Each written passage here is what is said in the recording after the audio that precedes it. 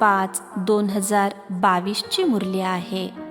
आजच्या मुरलीचे सार आहे, गोड मुलांनो, तुम्ही बाबांच्या श्रीमतावर चाललात तर तुम्हाला कोणीही दुःख देऊ शकत नाही.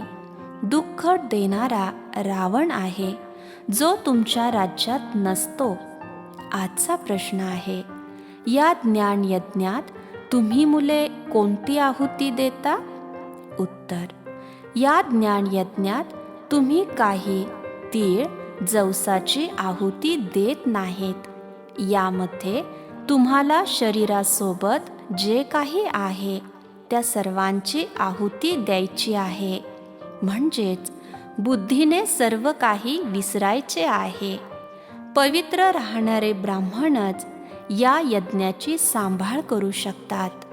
जे पवित्र ब्राह्मण बनतात तेच ब्राह्मण नंतर देवता बनतात. गीत आहे, तुम्हे पाके हमने जहान पा लिया है. ओम शांती. मुले बाबांकडे आली आहेत. मुले नक्की तेव्हाच येतील जेव्हा बाबाला जाणून पिता म्हणतील, नाहीतर येऊ शकत नाही. तुम्हा मुलांना माहीत आहे की आपण निराकार बेहदच्या बाबांकडे जात आहोत. त्यांचे नाव शिवबाबा आहे. त्यांना स्वतःचे शरीर नाही. कोणीही त्यांचा शत्रू होऊ शकत नाही. इथे शत्रू झाले की ते राजांना मारतात. गांधींना शरीर होते म्हणून मारले गेले. शिवबाबाला तर स्वतःचे शरीर नाही. जर मारायचे झाले तरीही ज्यांच्या शरीरामध्ये प्रवेश करतात त्याला मारतील. आत्म्याला तर कोणी मारू कापू शकत नाही. जे मला यथार्थरीती जाणतात त्यांनाच मी राज्यभाग्य देतो. त्यांच्या राज्यभाग्याला कोणीही जाळू शकत नाही. कोणत्याही परिस्थितीत पाणीही बुडवू शकत नाही. तुम्ही मुले अविनाशी राजधानीचा बाबांकडून वारसा घेण्यासाठी आला आहात. ज्याला कोणी दुःख किंवा त्रास देऊ शकत नाही. तेथे त्रास देणारे कोणीच नसतात. त्रास देणारा आहे रावण. रावणाला 10 डोकी देखील दाखवतात, फक्त रावण दाखवतात. त्यांची पत्नी मंदोदरीला दाखवत नाहीत. फक्त नाव दिले आहे की रावणाची स्त्री होती. तर इथे रावणाच्या राज्यात तुम्हाला त्रास होऊ शकतो. सतयुग त्रेतामध्ये रावण नसतो. शिवबाबा तर निराकार आहेत. त्यांना कोणी मारू कापू शकत नाही. ते तुम्हाला पण असे बनवतात की तुम्हाला शरीर असूनही दुःख मिळू शकत नाही. तर अशा बाबांच्या उपदेशावर चालले पाहिजे. बाबाच ज्ञानाचे सागर आहेत आणि हे ज्ञान दुसरे कोणी देऊ शकत नाही. ते ब्रह्माद्वारे सर्व शास्त्रांचे सार समजावून सांगतात. ब्रह्मा आहेत शिवबाबांचे पुत्र. विष्णूच्या नाभीतून ब्रह्माचा उदय झाला असे नाही. जर नाभी म्हणाले तर शिवबाबांच्या नाभी कमळातून बाहेर आले असे म्हणायला पाहिजे. तुम्ही पण शिवबाबांच्या नाभीतून बाहेर आला आहात. बाकी सर्व चित्र तर चुकीचे आहेत. एक बाबाच बरोबर आहेत. रावण तुम्हाला असत्य चुकीचे बनवतात. हा खेळ आहे. हा खेळ फक्त तुम्हालाच माहीत आहे. रावणाचे राज्य केव्हा सुरू झाले? मनुष्याचे कसे अधःपतन होत राहिले? कोणाचीही प्रगती होऊ शकली नाही. बाबांच्या जवळ जाण्याचा जो मार्ग दाखवतात ते आणखीनच जंगलात सोडतात. कारण त्यांना बाबांच्या घराचा किंवा स्वर्गाचा रस्ताच माहीत नाही. जे गुरु वगैरे आहेत ते सर्व हठयोगी आहेत. ते घरदार सोडून देतात. बाबा घरदार सोडवत नाहीत. ते म्हणतात पवित्र बना. कुमार आणि कुमारी पवित्र आहेत. द्रौपदी बोलवते की बाबा आम्हाला वाचवा. आम्ही पवित्र बनून कृष्णपुरीला जाऊ इच्छितो. मुलीही बोलवतात. आई वडील तंग करतात, मारहाणही करतात की लग्न करावेच लागेल. प्रथम आई बाबा मुलीच्या पाया पडतात, कारण ते स्वतःला अपवित्र आणि मुलीला पवित्र समजतात. बोलावतात पण की हे पतित पावन या. आता बाबा म्हणतात, कुमारींनो, अपवित्र बनू नका, नाहीतर परत बोलवावे लागेल. तुम्हाला स्वतःला वाचवायचे आहे. बाबा पावन बनवून स्वर्गाचा वारसा द्यायला आले आहेत, म्हणून पवित्र बनावे लागेल. पतित झाले तर पतित बनून मरावे लागेल. परत स्वर्गाचे सुख पाहू शकणार नाही. स्वर्गात तर खूप मौज आहे. हिरे मोत्यांचे महाल आहेत. राधे कृष्णच नंतर लक्ष्मी नारायण बनतात. तर लक्ष्मी आणि नारायणाला पण खूप प्रेम करायला पाहिजे. अच्छा, कृष्णावर प्रेम करता ना, मग राधेला का करत नाहीत? कृष्ण जन्माष्टमीला तुम्ही कृष्णाला पाळण्यात बसवून झोके देतात. माता कृष्णावर खूप प्रेम करतात, राधेवर नाही. आणि परत ब्रह्मा जे कृष्ण बनणार आहेत, त्यांची तितकी पूजा केली जात नाही. जगत अंबेची खूप पूजा करतात, जी सरस्वती ब्रह्माची कन्या आहे. आदिदेव ब्रह्माचे मंदिर फक्त अजमेरमध्ये आहे. आता मम्मा आहे ज्ञान ज्ञानेश्वरी. तुम्ही तर जाणता, ती ब्राह्मणी आहे. ती स्वर्गाची आदिदेवी नाही.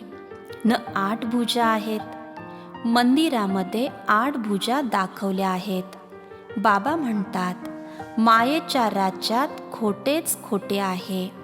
सत्य सांगणारे एकच पिता आहेत, जे मनुष्यापासून देवता बनवतात. तुम्ही त्या शरीरधारी ब्राह्मणाकडून कथा वगैरे ऐकत ऐकत या स्थितीत पोहोचला आहात. आता मृत्यू समोर उभा आहे. बाबा म्हणतात, मी कलयुगाच्या शेवटी कल्पाच्या संगम युगात येतो, जेव्हा झाडाची जडजडीभूत अवस्था असते. मी युगे युगे येत नाही. मी कच्चमच्छ अवतार, वराह अवतार घेत नाही. मी कणाकणात राहत नाही.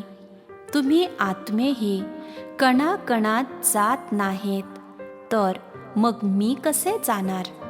मनुष्याबद्दल असं म्हटलं जातं की ते प्राणी पण बनतात. त्या अनेक प्रजाती आहेत, त्या मोजू शकत नाहीत.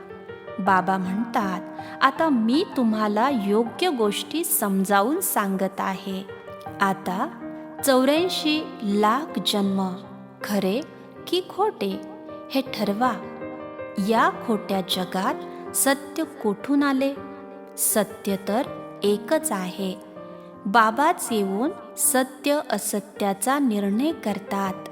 मायेने सर्वांना असत्य बनवले आहे. बाबा येऊन सर्वांना सत्य बनवतात. आता निर्णय करा की कोण बरोबर आहे. एवढे गुरु गोसाई बरोबर आहेत की एक शिवपिता बरोबर आहेत? एक सत्य बाबाच सत्य जगाची स्थापना करतात. तेथे कोणतेही बेकायदा काम केले जात नाही. तिथे कोणाला विष मिळत नाही. तुम्ही जाणतात, आपण भारतीय बरोबर देवी देवता होतो. आता पतित झाला आहात. बोलवतातही, हे पतित पावन या. यथा राजा राणी तथा प्रजा सर्व पतित आहेत. तेव्हा तर लक्ष्मी नारायण इत्यादींची पूजा करतात ना. भारतातच पवित्र राजे होते, आता अपवित्र आहेत. पवित्रची पूजा करतात. बाबा आता येऊन तुम्हाला महाराजा आणि महाराणी बनवतात, तर पुरुषार्थ करायला पाहिजे. बाकी 8 भुजांचे तर कोणी नसतात. लक्ष्मी नारायणालाही 2 हात आहेत. चित्रामध्ये नारायणला सावळे तर लक्ष्मीला गोरे दाखवतात. आता एक पवित्र आणि एक अपवित्र कसे असू शकतात? तर चित्रे खोटी झाली ना. आता बाबा समजावतात, राधे कृष्ण दोघेही गोरे होते. नंतर काम चितेवर बसून दोघेही सावळे झाले. एक गोरा एक सावळा तर असू शकत नाही. कृष्णाला श्यामसुंदर म्हणतात, राधेला श्यामसुंदर का म्हटले जात नाही? हा फरक का आहे? जोडी सारखीच असावी. आता तुम्ही ज्ञान चितेवर बसला आहात, पुन्हा काम चितेवर का बसता? मुलांनाही हा पुरुषार्थ करवायचा आहे. आम्ही ज्ञान चितेवर बसलो आहोत, मग तुम्ही काम चितेवर बसण्याचा प्रयत्न का करता? पतीने ज्ञान घेतले, पत्नीने घेतले नाही, तरीही भांडण होते. यज्ञात अनेक विघ्न पडतात. हे ज्ञान किती व्यापक आहे. बाबा आल्यापासून रुद्र यज्ञ सुरू झाला आहे. जोपर्यंत तुम्ही ब्राह्मण बनत नाही, तोपर्यंत देवता बनू शकत नाही. शूद्र पतितापासून पावन देवता बनण्यासाठी ब्राह्मण बनावे लागेल. ब्राह्मणच यज्ञाची सांभाळ करतात. यात पवित्र बनायचे आहे. तीळ, जवस इत्यादी एकत्र करून ठेवायचे नाही, जसे ते लोक करतात. संकट समयी यज्ञ करतात. भगवंताने सुद्धा असा यज्ञ निर्माण केला होता असे समजतात. बाबा म्हणतात, हा ज्ञान यज्ञ आहे, ज्यात तुम्ही विकारांची आहुती देता. पैसे आधीचा प्रश्न नाही. शरीरासह जे काही आहे त्यांची आहुती द्यायची आहे. यामध्ये सर्व काही स्वाहा करायचे आहे. त्यांच्यावर एक कथा आहे. दक्ष प्रजापिताने यज्ञ रचला. आता प्रजापिता तर एक आहे, प्रजापिता ब्रह्मा. मग दक्ष प्रजापिता कोठून आला? शिवबाबा प्रजापिता ब्रह्माद्वारे यज्ञ रचतात. तुम्ही सर्व ब्राह्मण आहात. तुम्हाला आजोबांचा वारसा मिळतो. तुम्ही ब्रह्माद्वारे शिवबाबांकडे आला आहात. हे शिवबाबांचे पोस्ट ऑफिस आहे. पत्रही लिहिता तर ब्रह्माद्वारे शिवबाबा. बाबांचे वास्तव्य यांच्यामध्ये आहे. हे सर्व ब्राह्मण पावन होण्यासाठी ज्ञान योग शिकत आहेत. तुम्ही असे म्हणणार नाही की आम्ही पतित नाहीत. आम्ही पतित, परंतु पतित पावन आम्हाला पावन बनवत आहेत. आणि कोणीही मनुष्य मात्र पावन नाहीत, म्हणून तर गंगा स्नान करायला जातात. आता तुम्हाला माहीत आहे की एक सद्गुरू बाबाच आपल्याला पावन बनवतात. त्यांची श्रीमत आहे. मुलांनो, तुम्ही तुमचा बुद्धीचा योग माझ्याशी जोडा. निर्णय करा, तुम्ही त्या गुरूंकडेच जा किंवा माझ्या मतानुसार चाला. तुमचे तर एकच पिता, शिक्षक आणि सद्गुरू आहेत. बेहदचे पिता सर्व मनुष्यांना सांगतात, आत्मअभिमानी बना. देवता आत्मअभिमानी असतात. इथे हे ज्ञान कोणालाच नाही. संन्यासी तर म्हणतात की आत्माच परमात्मा आहे. आत्मा ब्रह्मतत्वात विलीन होते. अशा गोष्टी ऐकत ऐकत तुम्ही खूप दुःखी पतित बनले आहात. भ्रष्टाचारी पतित त्यांना म्हणले जाते ज्यांचा जन्म विकाराद्वारे होतो. ते रावणाच्या राज्यात भ्रष्टाचारी काम करतात. परत सुंदर बनवण्यासाठी बाबांनाच यावे लागते. भारतामध्येच येतात. बाबा म्हणतात, मी तुम्हाला ज्ञान आणि राजयोग शिकवतो. 5000 वर्षापूर्वीही मी तुम्हाला राजयोग शिकवून स्वर्गाचे मालक बनविले होते, पुन्हा बनवितो. कल्प कल्प मी येतच राहतो. याचा ना आदी आहे ना अंत. चक्र चालत राहते. प्रलयाचा तर विषयच नाही. यावेळी तुम्ही मुले या अविनाशी ज्ञानरत्नांनी झोळी भरतात. शिवबाबांना बम बम महादेव म्हणतात. बम बम म्हणजे शंखध्वनी करून आमची झोळी भरा. ज्ञान तर बुद्धीत असते ना. आत्म्यातच संस्कार आहेत.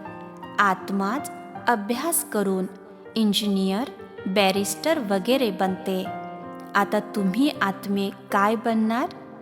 बाबांकडून वारसा घेऊन आम्ही लक्ष्मी नारायण बनू असे म्हणता. आत्मा निश्चितपणे पुनर्जन्म जरूर घेते. या गोष्टी समजून घेण्यासारख्या आहेत. फक्त ही 2 अक्षरे कोणाच्या कानात बोला. तुम्ही आत्मा आहात. शिवबाबांची आठवण करा, म्हणजे स्वर्गाचे राज्य मिळेल. किती सहज आहे.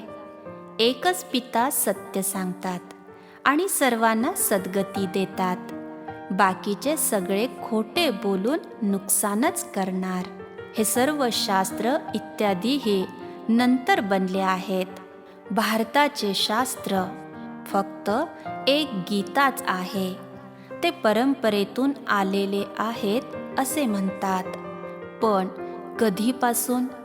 समजतात की सृष्टीला लाखो वर्ष झाली आहेत. अच्छा, तुम्ही मुले बाबांसाठी द्राक्षे घेऊन येता. तुम्हीच आणता, तुम्हीच खाता. मी खात नाही. मी तर अभोक्ता आहे. सतयुगात पण तुमच्यासाठी महाल बांधतो. इथेही मी तुम्हाला नवीन महालात ठेवतो. मी तर जुन्यातच राहतो. हे वंडरफुल बाबा आहेत. हे पिता पण आहेत तर पाहुणे पण आहेत. मुंबईला गेलात तर पाहुणे म्हणतील. तसे तर हा सर्व जगाचा खूप मोठा पाहुणा आहे. यांना येण्या जाण्यास वेळ लागत नाही. पाहुणेही वंडरफुल आहेत. दूर देशाचे राहणारे परक्या देशात आले तर पाहुणे झाले ना. तुम्हाला फुलांसारखे बनवून वारसा देण्यासाठी, कवडीपासून हिऱ्यांसारखे बनवण्यासाठी येतात. अच्छा, गोड गोड खूप वर्षानंतर भेटलेल्या मुलांप्रती मातपिता बापदादाची प्रेमपूर्वक आठवण आणि सुप्रभात. आत्मिक बाबांचा आत्मिक मुलांना नमस्ते. आम्हा आत्मिक मुलांचाही आत्मिक पित्यांना नमस्ते. धारणेसाठी मुख्य सारांश. पहिला पॉइंट, अविनाशी ज्ञानरत्नांची धारणा करून शंखध्वनी करायचा आहे. हे ज्ञानरत्न सर्वांना द्यायचे आहेत. दुसरा पॉइंट, सत्य आणि असत्य समजून सत्यमतावर चालायचे आहे. कोणतेही बेकायदेशीर कर्म करायचे नाहीत. आजचे वरदान आहे, बुद्धीला व्यस्त ठेवण्याच्या विधीद्वारे व्यर्थला समाप्त करणारे सदैव समर्थ भव. बुद्धीला व्यस्त ठेवण्याच्या विधीद्वारे व्यर्थला समाप्त करणारे सदैव समर्थ भव. सदैव समर्थ म्हणजेच शक्तिशाली तेच बनतात जे बुद्धीला व्यस्त ठेवण्याची विधी अवलंबतात. व्यर्थला समाप्त करून समर्थ बनण्याचा सोपा मार्ग म्हणजे सदैव व्यस्त राहणे. त्यामुळे दररोज सकाळी स्थूल दिनचर्याप्रमाणेच आपली बुद्धी व्यस्त ठेवण्यासाठी टाइमटेबल बनवा की यावेळी बुद्धीमध्ये या शक्तिशाली संकल्पाने व्यर्थला नष्ट करणार. व्यस्त राहिलात तर माया दुरूनच परत जाईल. बोधवाक्य आहे, दुःखाचा संसार विसरायचा असेल तर सदैव परमात्म प्रेमात हरवून जा. अच्छा. ओम शांती.